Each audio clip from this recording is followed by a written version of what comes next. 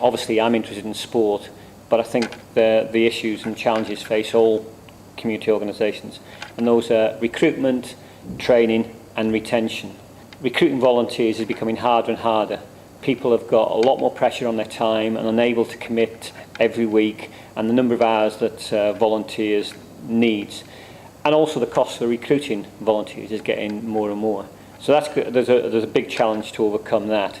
The second bit is around training, and training costs are increasing all the time in terms of attend courses, but it's not just the costs, it's also about the time that the volunteer has to spend attending those courses.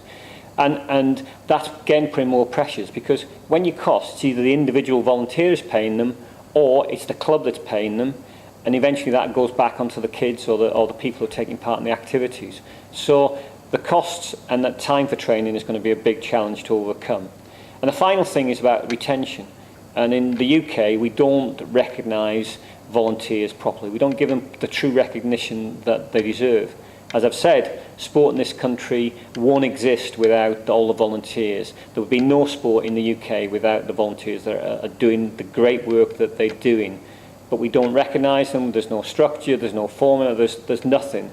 And it's no wonder that when they're getting put on more and more, there's fewer and fewer people are doing it and now being asked to do more, and lots of bureaucracy around it, then we're putting under more pressure and they're then walking away and not staying in.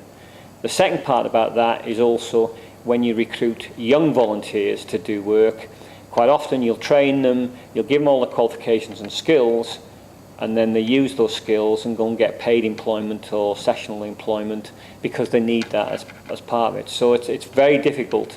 You spend a lot of money recruiting, training, and then they disappear to do other things. I'm a firm believer that some people want to do voluntary work and not get paid.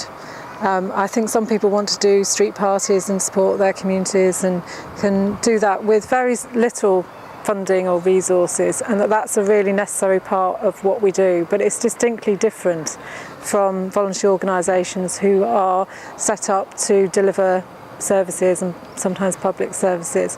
And I think one of the big challenges is the decision makers understanding that that's a very different thing and needs to be funded in a different way.